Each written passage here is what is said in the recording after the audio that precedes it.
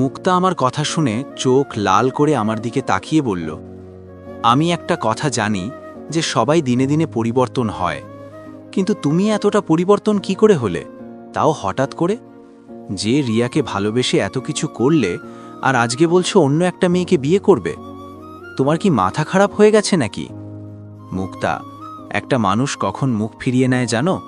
যখন সে দেখে তার প্রিয় মানুষটাও বেইমানি করেছে। মুক্তা আমার কথা শুনে বলল, চলো সামনে নদীর পাড়ে গিয়ে বসি, নাকি তোমার কোনো সমস্যা হবে? আমি হাসি দিয়ে বললাম, না সমস্যা নেই, চলো। নদীর পাড়ে বসতেই মুক্তা প্রশ্ন করল, আমি যদি খারাপ পথ থেকে ভালো হতে পারি তাহলে রিয়াও পারবে। দেখো, রিয়াকে রেখে অন্য মেয়েকে বিয়ে করে কখনো তুমি সুখী হতে পারবে না। বাবা, যে মেয়েকে মারার জন্য দিনরাত তার পেছনে পড়ে থাকতে আজকে তার সম্পর্কে এত ভালো কথা কিভাবে বলছো? আমার তো মাথায় আসছে না। মুক্তা মাথা নিচু করে বলল, আমি কতটা বোকা দেখো, আমি আমার নিজের বোনকে চিনতে পারলাম না। হতে পারে সে আমার সৎ বোন, কিন্তু ও তো আমার বোন। আমি কিভাবে পারলাম ওকে এত অত্যাচার করতে? জানো লাদেন, এসব কথা মনে হলে খুব খারাপ লাগে, মন চাই নিজেকে নিজেই মেরে ফেলি। থাক, বাদ দাও এসব, অতীত মনে করে নিজেকে আর কষ্ট দিও না। তা আজকে কি আবার চলে যাবে?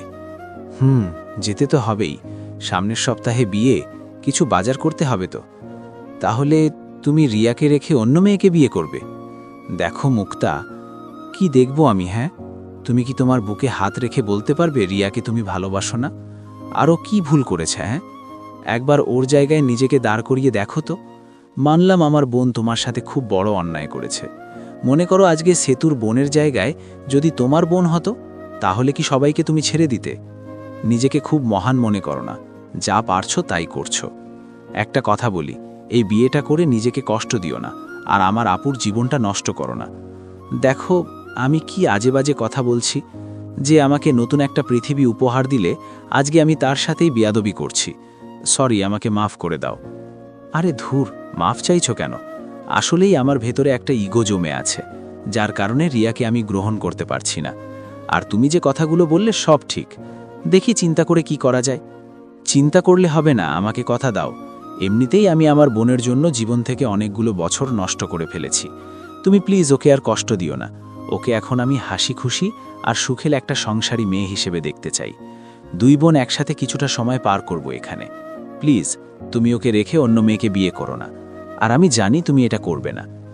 আমি মাথা নিচু করে বললাম, এখন আমাকে যেতে হবে। মুক্তা, তুমি এখন চলে যাও, দেখি সামনে কি হয়। চকলেট খাবে লাদেন? এই বলে মুক্তা আমার হাতে একটা চকলেট দিয়ে বলল, এখন কি সত্যিই চলে যাবেন দুলাভাই?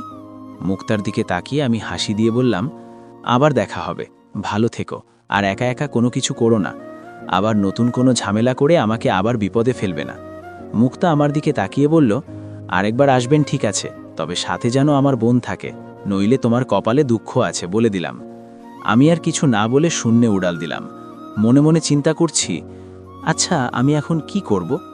রিয়াকে বিয়ে করব নাকি যেই মেয়ের সাথে বিয়ের কথা চলছে তাকে বিয়ে করব? কিছুই তো মাথায় আসছে না। সুমনের বাসার সামনে নেমে দরজায় কলিং বেল দিলাম। কিছুক্ষণ পর সেতু এসে দরজা খুলে দিল।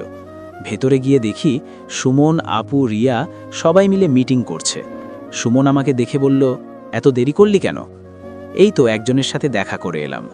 সেতু আমার কথা শুনে সাথে সাথে আমাকে প্রশ্ন করল, তা কার সাথে দেখা করে আসলেন?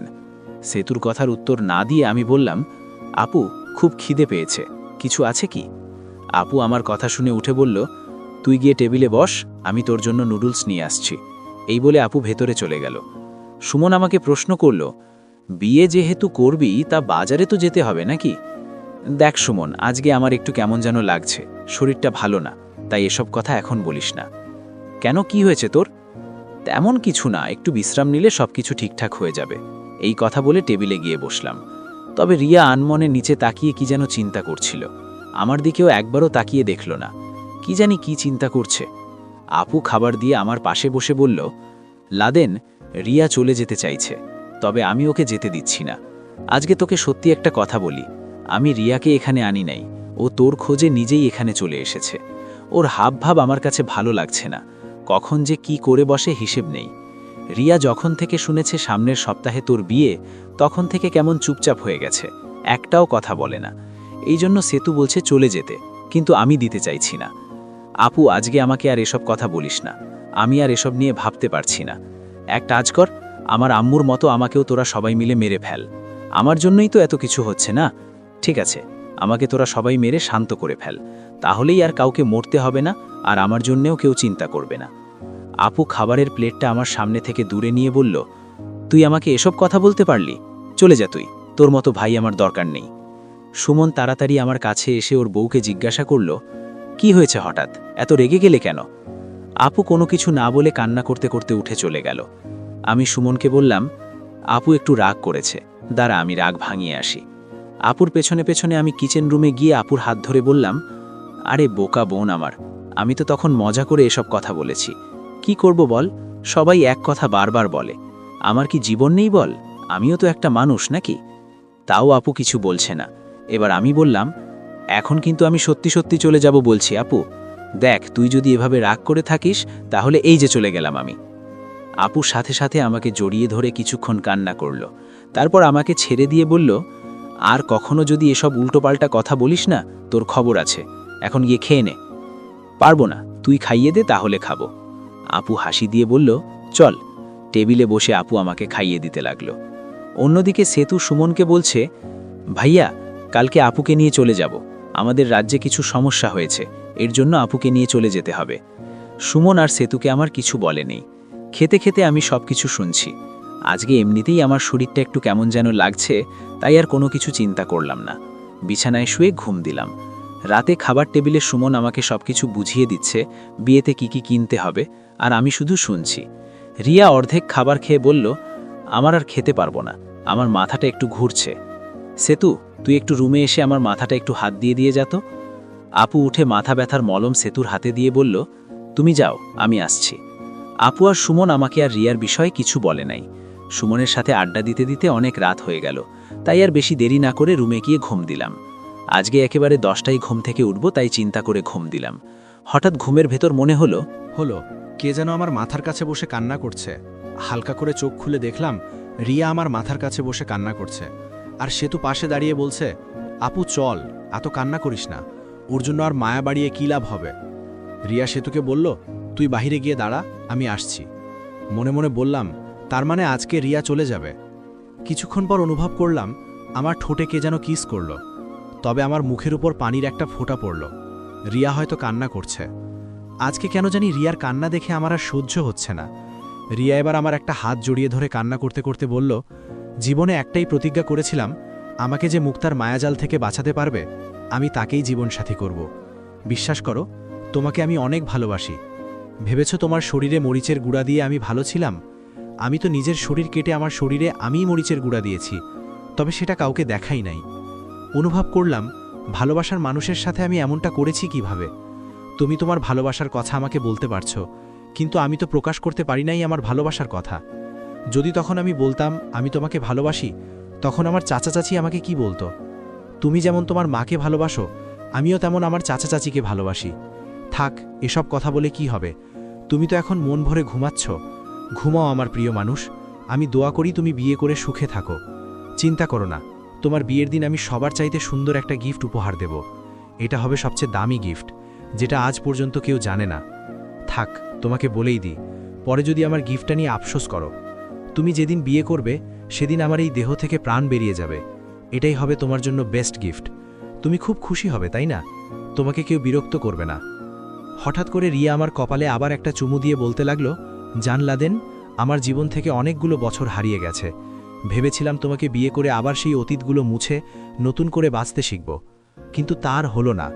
আমি মরতে চাই না লাদেন, খুব যে বাঁচতে ইচ্ছে করে। কি করব বলো?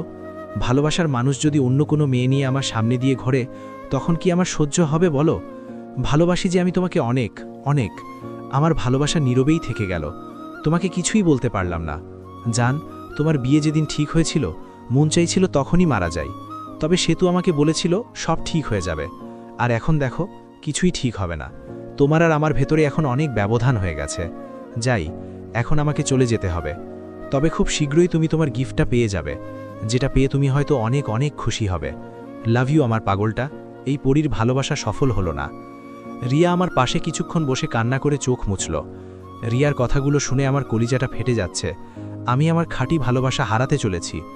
রিয়া দাঁড়িয়ে বলল, যেতে তো মন চায় না, তাও যেতে হবে। রিয়া যেই চলে যাবে তখনই আমি ওর একটা হাত ধরে টান দিয়ে আমার উপরে ফেলে আমি নিজে কান্না করতে করতে বললাম, কোথায় যাবে? হ্যাঁ, আমাকে একা ফেলে চলে যাবে? আমি বুঝি তোমাকে ছাড়া বাঁচতে পারবো? খুব তো কথা বলতে শিখেছ না? আমার বিয়েতে তোমার নিজের লাশ গিফট দিবে? মেরে ফেলবো একদম। এসব কথা বলে রিয়াকে আমার বুকের মাঝে খুব শক্ত করে জড়িয়ে ধরলাম। রিয়া কোনো কথা বলছে না, শুধু কান্না করছে। হঠাৎ দরজা বন্ধ করার আওয়াজ শুনলাম। সেতু হয়তো আমাদের দেখে দরজা বন্ধ করে দিল। রিয়া কোনো কথাই বলছে না, শুধু কান্না করছে। এই পাগলি আমার সাথে কথা বলবে না? তাও রিয়া আমার সাথে কথা বলছে না। এবার রিয়ার মুখ তুলে বললাম, পাগলি মেয়ে, আমার সাথে কথা বলবে না? রিয়া খপ করে আমাকে লিপ কিস করে দিল। কিছুক্ষণ পর ছেড়ে দিয়ে আমাকে ইচ্ছামতো কিল ঘুষি দিতে লাগলো। রিয়া টান দিয়ে আমাকে বিছানার ওপর বসিয়ে 2 গালে ঠাস ঠাস করে 2টো থাপ্পড় দিল। আমি চুপচাপ মাথা নিচু করে আছি। রিয়া থাপ্পড় দিয়ে জোরে জড়িয়ে ধরে বলছে, এত অভিমান কেন তোমার বলো? আমাকে এত কষ্ট দিয়ে তুমি সুখে আছো না? কেন বোঝো না আমি তোমাকে ছাড়া থাকতে পারবো না? কেন আমার সাথে এমন করলে? বলো কেন? সরি, আমার ভুল হয়ে গেছে। আমি তোমাকে বুঝতে পারি নাই। বিশ্বাস করো, আমি তোমাকে অনেক ভালোবাসি। আসলেই আমার ভেতরে একটা ইগো জমা ছিল তোমার উপরে। প্লিজ আমাকে মাফ করে দাও। এই কথা বলে শক্ত করে রিয়াকে জড়িয়ে ধরলাম। রিয়া আমাকে জড়িয়ে ধরে শুধু কান্না করছে, কিছু বলছে না। হঠাৎ আমার এমন মনে হলো রিয়ার নড়াচড়া বন্ধ হয়ে গেছে, কোনো কথা বলছে না। তাড়াতাড়ি আমি রিয়াকে সামনে এনে দেখি ওর চোখ বন্ধ হয়ে গেছে, শ্বাস প্রশ্বাস চলছে না। এসব দেখে আমার কলিজাটা কেঁপে গেল। জোরে একটা চিৎকার দিলাম, আপু! রিয়াকে দেখে কখন যে আমিও রিয়ার ওপর অজ্ঞান হয়ে পড়ে গেছি বলতে